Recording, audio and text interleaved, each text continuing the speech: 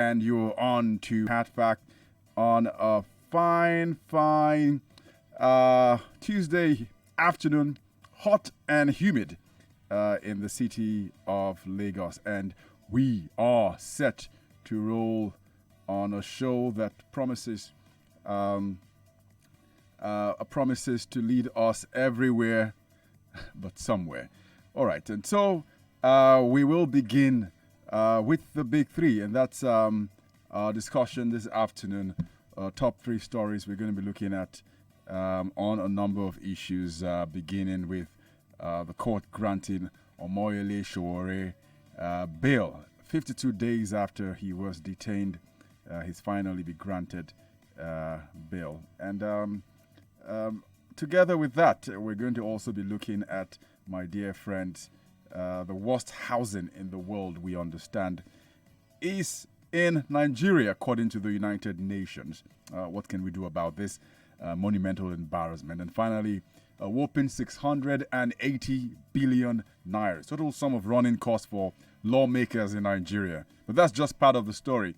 When I delve into it, you see it's a lot worse than it appears. And this report done by the Daily Trust. On Community U Report, your chief caretaker, Chukwudi Ezugu, will be at Lakwe in Ibejuleki. It's a sprawling community of the Lekki Express, where he'll be following on your complaints after several SOS we did here on Eyewitness, which is a program we do 4 to 5 p.m. every Thursday. On the Big Hat Fact, we're going to be talking what to make of a looming strike by organized labor. It seems like an eternity that the new minimum wage law was passed and assented by President Muhammadu Buhari. Implementation appears to be a bone stuck in the throat of the executive.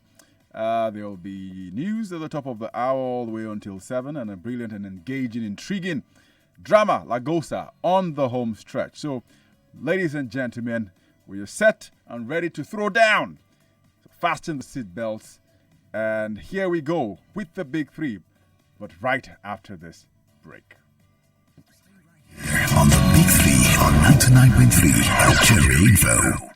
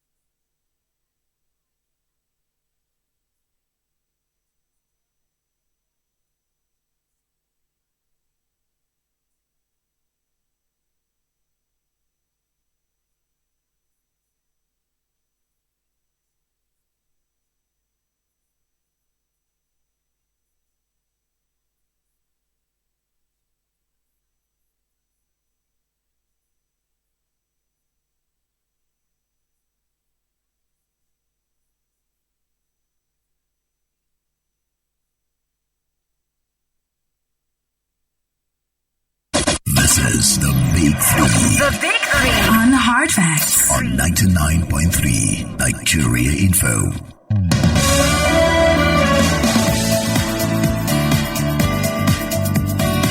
Well, welcome back. It's 3:30, hot, humid afternoon. I'm Aghogho, Oboh. It's 99.3 Nigeria Info, your number one news, talk, and sports station.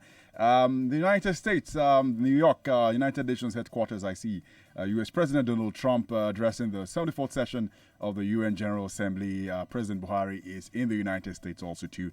It's a big story on the global scene right now. And this big event Donald Trump has expected is already casting that at Iran, saying that as long as Iran behaves as it does, the sanctions will never be lifted, and saying that the people of Iran deserve a better deal. The face-off between the United States and Iran continues over the attacks on Saudi oil facilities. United States and its Western partners blaming Iran for that. Trump's also said that Iran is fueling the wars in Yemen and Syria. But that's not on the table on the Big Three. I'm sure a lot of comments on Donald Trump and President Buhari when he does get to address the 74th session of the UN General Assembly will form talking points in the coming days. But the big story here we are following, like you heard on the news, has to do, number one, with Omoyele Sowore, who's been granted bail. Federal High Court in Abuja granted the convener of #Revolution Now protest bail. The court released him to the custody of Femi Falana, his counsel, and asked that he deposit his international passport with the court registry within 48 hours. While delivering a ruling, Taiwo, who's the judge, said there was no longer a subsisting order holding the Sahara Reporters publisher in detention. 52 days, Omoyele Sowore had been held in detention. Earlier on, Justice Taiwo struck out the application by the Department of Social Security, Department of State Services, DSS, to continue detaining the publisher of Sahara Reporters and convener of Revolution Now. Sowore's lawyer, Femi Falana, Senior Court of Nigeria, persuaded the court to order the immediate release of his client, as the prosecution is no longer interested in his further detention. But then counsel to the DSS challenged the oral application for release, saying that a formal suit has been filed where Sowore is being accused of treasonable felony, which is a capital offense. Remember, Omoyele Sowore was arrested on the 3rd of August this year, 2 days before a rally tagged Revolution Now for allegedly plotting to overthrow an elected government. And so it goes on and on. I've seen a number of reactions offline and online. Interestingly, we had discussions on around Omoyele Sowore and Agbaja Lingo, who's been detained for write-up in his publication Crossover Watch that he had done a couple of months ago, and that happened during the Morning Crossfire, and I did thoroughly enjoy the conversation. But it looks like the stories moved on very quickly, and the reactions now have begun to pour in following the granting of bail for Omoyele Sowore, and I'm sure I will get reactions to that quickly. So because we press for time, I'm going to run through all 3 stories, and then you can call in and tell me what your reactions are to any of these stories. Now, the second story is very, very big because of the consequences for this story. 10 days, the United Nations Special Rapporteur on Rights to Adequate Housing, Ms. Leilani Faha, was in the country, and 10 days enough time for her to arrive at her assessment, saying that the housing in Nigeria is one of the world's worst. And she said that to curb corruption, money laundering, and raise more funds to build houses for ordinary Nigerians is a goal and an objective that the federal government must pursue. And interestingly, she's given her own solution to some of these problems for housing for Nigeria, saying to impose taxes on unoccupied or vacant homes across the country, which is very, very significant. I'm sure all of you living across major cities in the country who are listening to the Big Three can testify to the fact that there have been houses in the neighborhood been running for several decades that no one occupies. Faha, who addressed the press conference in Abuja on her preliminary findings after this 10-day fact-finding mission, said one of the strategies should include imposing tax on vacant homes that will then be used to generate affordable housing for poor Nigerians. She says that Nigerians must act fast to address the grossly inadequate housing as well as forced eviction.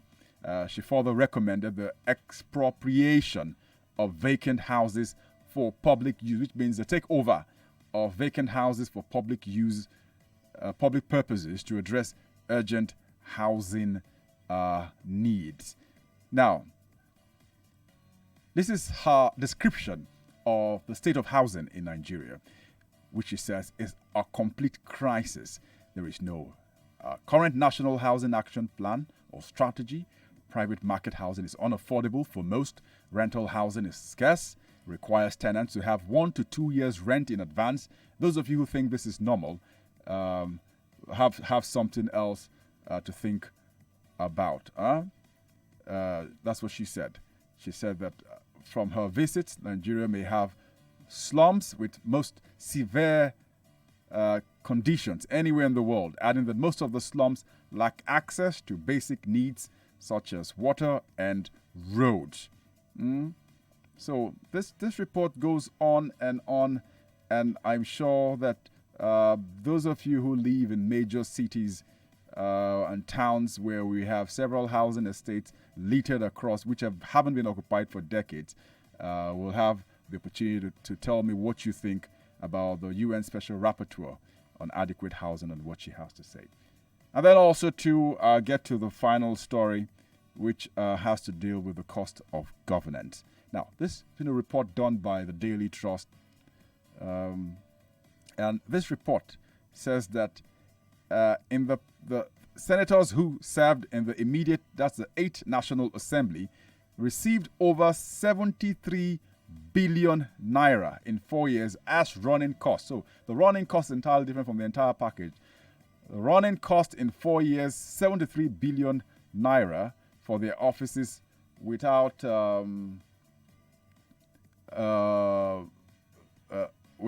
as the running cost for the offices without effectively retiring the expenditure.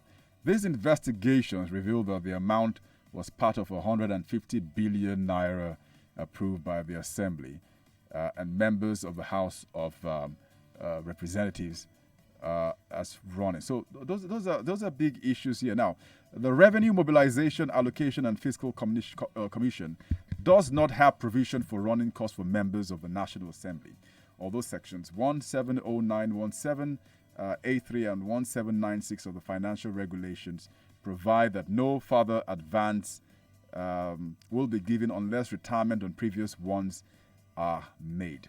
This investigation by Daily Trust gathered that lawmakers did not render account of how they spent the money they received as running cost. Just the Senate President, Bukola Saraki, the former Senate President received the highest amount of running costs to the tune of 2 billion naira, over 2 billion naira in 4 years.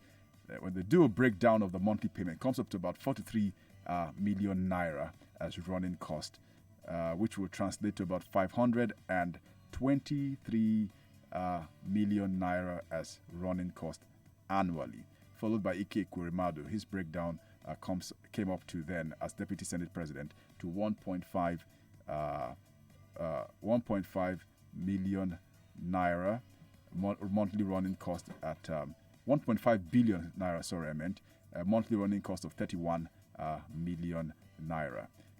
So it goes on, and this is the part that interests me. When it breaks down, when they add up everything eventually, they come up to a monthly running cost at 160 million naira for 99 senators. When they add up all of the senators together for 4 years, it came up to a staggering 643